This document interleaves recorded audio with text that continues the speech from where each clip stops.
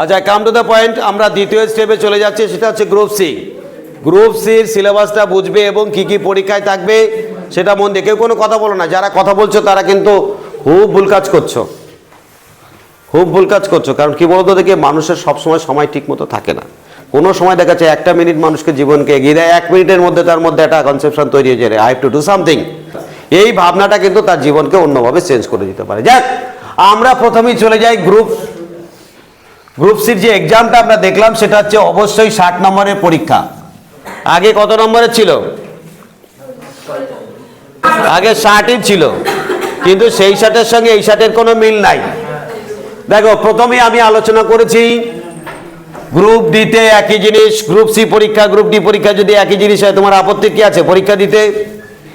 দেখো, প্রথমে Indian history ওখানেও ছিল, এখানে আছে জিওগ্রাফি, ওখানে আছে। তারপরে নলেজ ইন সংবিধান এখানেও আছে। বারটি এখানে যেটা আছে সেটা হচ্ছে NEEP, school level education in West Bengal, অর্থাৎ আমাদের রাজ্যের স্কুল লেভেল এডুকেশন সম্বন্ধে কোশ্চেন। যেমন তোমার ফার্স্ট কোশ্চেন থাকতে পারে যে ক্লাস 3 এর ইংরেজি বইটার নাম কি? কে বলতে পারবে? ক্লাস 3 এর ইংরেজি বইটার নাম কি? কে বললো? বাটারফ্লাই। Very good. আমি একটা ছবি তুলে নিয়ে বাড়ি চলে যাও সবাই। বাটারফ্লাই। তারপরে কোশ্চেন হতে পারে এই যে শিক্ষা সংক্রান্ত যে এক্সপার্ট কমিটি কত সালে হয়েছিল, কোশ্চেন হতেই পারে। সো দ্যাট এ সম্বন্ধে কোশ্চেন তোমাদের থাকবে। তারপরে যে চলে যাও gender awareness and rules and education, অর্থাৎ আমাদের ভারত পশ্চিমবঙ্গের বিভিন্ন রকমের জেন্ডার ওয়াইজ অর্থাৎ নারী পুরুষ যে বিকাশ সাধন, সেই বিকাশ সাধন সম্বন্ধে কোশ্চেন হতেই পারে। আমাদের মেয়েদের সার্বিক উন্নয়নের জন্য কন্যাশ্রী প্রকল্প চালু করা হয়েছিল কত সালে? কে বলতে পারবে?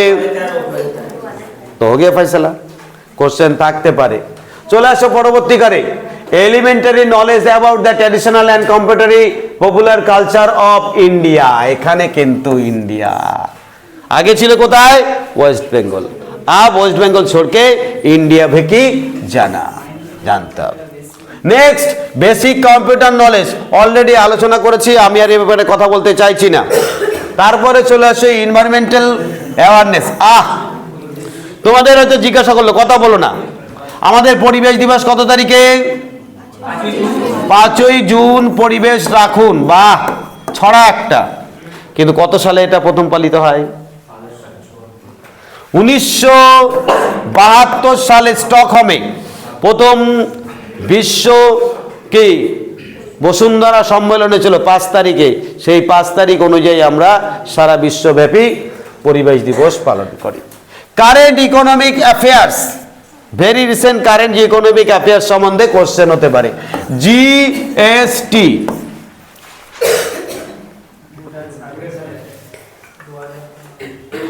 পুরো নাম কি? গুডস অ্যান্ড সার্ভিসেস ট্যাক্স হতে পারে কোশ্চেন। ভেরি রিসেন্ট বিভিন্ন রকমের অর্থনীতির উপর কোশ্চেন থাকতে পারে। বলছে কারেন্ট ইকোনমিক অ্যাফেয়ার্স। স্পোর্টস খেলা সম্বন্ধে অলরেডি আমি বলেছি, আর কিছু বলার নেই। বলছি innovations and inventions in science, সায়েন্সের বিভিন্ন রকমের উৎপত্তি। যেমন কলিঙ্গ পুরস্কার কিসের উপর দেওয়া হয়? যেমন তোমাদের বলা হতে পারে, কথা বলো না, এইবার বিজ্ঞানে কে নোবেল পুরস্কার পেয়েছে, হতে পারে। আবিষ্কার সম্বন্ধে কোশ্চেন থাকবে, বিভিন্ন আবিষ্কার। লিফট কে আবিষ্কার করেছে? পোলিও ভ্যাকসিন কে আবিষ্কার করেছে? রিভলভার কে আবিষ্কার করেছে? তাহলে এই আবিষ্কার সম্বন্ধে কিন্তু আমাদের ধারণা রাখতে হবে। এইবার তোমাদের চলে যায় নতুন যে চ্যাপ্টারটা তোমাদের যুক্ত হলো এখানে, সেটা হচ্ছে ইংলিশ। ইংলিশ কত নম্বরে পেলাম? 10। আগে ছিল কত? 15 ছিল। গতবার 15 ছিল, ওই জন্য আমরা চান্স পাইনি অনেকে।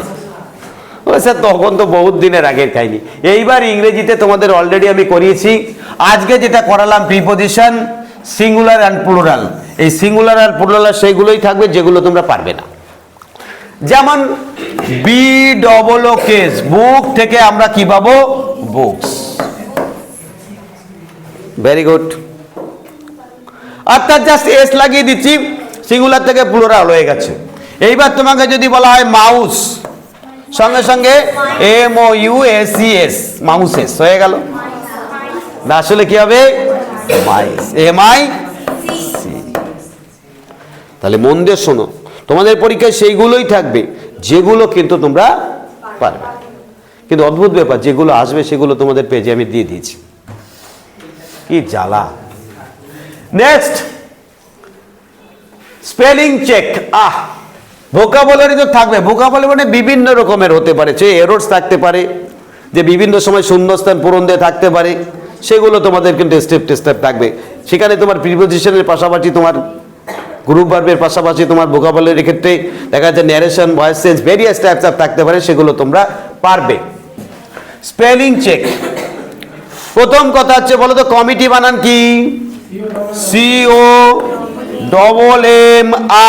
COMMITTE। ওরে বাবা, এই কমিটিতে এতগুলো দেয় কেন? কোন কমিটি তো অনেকগুলো থাকে, তাই MO ডবল আছে, TO ডবল আছে, EO ডবল আছে। তো গিয়ে সালে, যেমন টিউশন বানান কি? TUITION, tuition. অনেকে উচ্চারণ করতে গিয়ে লিখে দিয়ে চলে আসবে, ভাববে বোধহয় এটা ঠিক আছে, কিন্তু না, তোমাকে কিন্তু সঠিকভাবে এটা জানতে হবে। Next, sentence structure. সেন্টেন্স স্ট্রাকচারটা কেমন থাকে? এটাকে বলে ABCD। অর্থাৎ যেমন ধরো, আমি ভাত খাই, I রাইস ইট, ঠিক আছে, তাই তো? অর্থাৎ যে কোনো সেন্টেন্স কনস্ট্রাকশনের ক্ষেত্রে কোনটা আগে কোনটা পরে হবে, সেইগুলো নিয়ে কিন্তু তোমার পরীক্ষায় থাকবে। চলে আসছো, তারপরে কথা বলো না। যারা কথা বলছো তারা বিশ্রাম নেওয়ার জন্য বাইরে চলে যাও। Very good. লাস্ট, আমাদের আর কিছু বলার দরকার নেই, এখানে নতুন কি যুক্ত হয়েছে সেটা একটু ভালো করে বোঝো। আচ্ছা, এখানে তোমাদের already pictorial series and sequence আলোচনা করেছি, ক্লাসিফিকেশন সিমিলার ওয়ার্ডে আলোচনা হয়েছে, প্রিপোজিশন ট্রু ফলস আলোচনা হয়েছে, তারপরে প্রপোর্শনাল টু ফলস বলেছি, ম্যাচিংটা বলেছি, পাজল টেস্টটা। পাজল টেস্টটা বিভিন্নভাবে থাকতে পারে। পাজলটা তোমরা ABCD তে থাকতে পারে, পাজল টেস্টটা তোমাদের অন্যান্য পদ্ধতিতেও থাকতে পারে। পাজল টেস্টের মধ্যে বিশেষ করে স্টেটমেন্ট কনক্লুশন থাকতে পারে, স্টেটমেন্ট কনক্লুশন থাকতে পারে। যেমন ধরো, সব ঘোড়া ইকুয়াল টু বাঘ, আবার কিছু বাঘ বিড়াল। তাহলে তোমাকে এবার কনক্লুশন আসতে পারে কি? বাঘ, ঘোড়া, বিড়াল। তাহলে সব বাঘ কি বিড়াল হবে? হতেও পারে, নাও পারে। সেই যে বিভিন্ন রকমের বিষয়গুলোর উপর দাঁড়িয়ে আমাদের কিন্তু পাজল টেস্ট থাকবে। এছাড়া পাজল টেস্ট থাকতে পারে কিরকম, যে ওই জায়গাটায় কি হবে। ধরো একটা ডাইস খেললাম, এই ডাইসের তোমার দৃশ্যমান দেওয়া হলো, সেই ডাইস হতে পারে। পাজল টেস্টের মধ্যে দেওয়া মানে কি, জিআই প্রায় সবই দিয়ে দিল। তাই জিআইতে আমরা যেটা করাবো সেটার দিকে লক্ষ্য রাখতে হবে। নেক্সট, তোমাদের অঙ্ক নিয়ে আর কিছু বলার দরকার নাই, তবে তোমাদের সিলেবাসটা এবার বলি। তোমাদের যেটা দাঁড়াচ্ছে, প্রথমে যেটা গেল সেটা হচ্ছে 20। তাহলে আমাদের 20, 10, 10, 20। প্রথমে জিকে 20, তারপরে জিআই 10, ইংরেজি 10, আর লাস্টে ম্যাথমেটিক্স 20। তাহলে আমাদের পরিষ্কার 60 নম্বরের পরীক্ষা। এই 60 নম্বরের পরীক্ষায় তোমাদের কেউ আটকাতে পারবে না, চাকরি তোমাদের কনফার্ম। এ নিয়ে আমার কোনো টেনশন রইল না। শুধু অঙ্কের ক্ষেত্রে আমাদের এলসিএম অলরেডি জানি, সিম্পলিফিকেশনটা জানি। সিম্পলিফিকেশন একটা ফলো করতে হবে, তার নাম হচ্ছে কি? তোমরা যারা বদমাস নাকি, তারা অত্যন্ত বদমাস করার ক্ষেত্রে শুধু করলে হবে না, কিন্তু সিকোয়েন্সটাও কিন্তু ভালো করে ফলো করতে হবে। অনেক সময় সিঁড়ি ভাঙ্গা সরলও থেকে যায়, একটা গেল উপরে চেঞ্জ হয়ে গেল, সেরকম। আর এখানে নতুন কি আছে? ফ্র্যাকশনস। তাহলে আমি মানেগুলো বলে দিই। রেশিও প্রপোর্শন থাকবে, আর হচ্ছে এভারেজ, পার্সেন্টেজ, প্রফিট, লসটা ফ্র্যাকশনস মানে সাধারণত ফ্র্যাকশন। যেমন ধরো তোমাদের একটা দিয়ে দিই আমি অলরেডি, বলো তো কোনটা বড়? 1/2, 2/3/4, 4/5 আর 5/8। এর মধ্যে কোনটা বড় কোনটা ছোট? কোনটা বড় কোনটা ছোট? এগুলো করতে গেলে কিছু নয়, বড় যদি বের করতে বলে তাহলে একটা একটা করে বাদ দিতে হবে। যেমন এর সঙ্গে গুণ করলে 4, এর সঙ্গে গুণ করলে 6, এটাকে বাদ দাও। আবার এর সঙ্গে গুণ করলে 15, এর সঙ্গে গুণ করলে 16, এটাকে বাদ দাও। আবার এর সঙ্গে গুণ করলে পরে 32, আর এর সঙ্গে গুণ করলে 25, এই 25 বাদ দাও, 32, অর্থাৎ 4/5টা বড়। কিন্তু মূল কথা আমি তোমাদের বলি, এই যে গ্রুপ সি গ্রুপ ডি এই চাকরিটা তোমাদের কিন্তু কনফার্ম করতে হবে। সবাই আমাকে কথা দিচ্ছ তো? সবাই মিলে বলে, এই সবাই মিলে পাবে তো? আর ফর্ম ফিল আপ করেছো সবাই? প্রত্যেকে ফর্ম ফিল আপ করে নেবে, এটা আমাদের এনিওয়ে পেতে হবে কোনো কিছুর বিনিময়ে।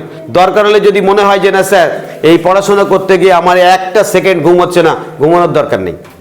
পরীক্ষা যেদিন কমপ্লিট হয়ে যাবে তারপরে সারা দিন রাত 24 ঘন্টা ঘুমাবে, কোনো চিন্তা নাই। দরকার হলে নাকে তেল দিয়ে ঘুমাও, পেট্রোল দিয়ে ঘুমাও,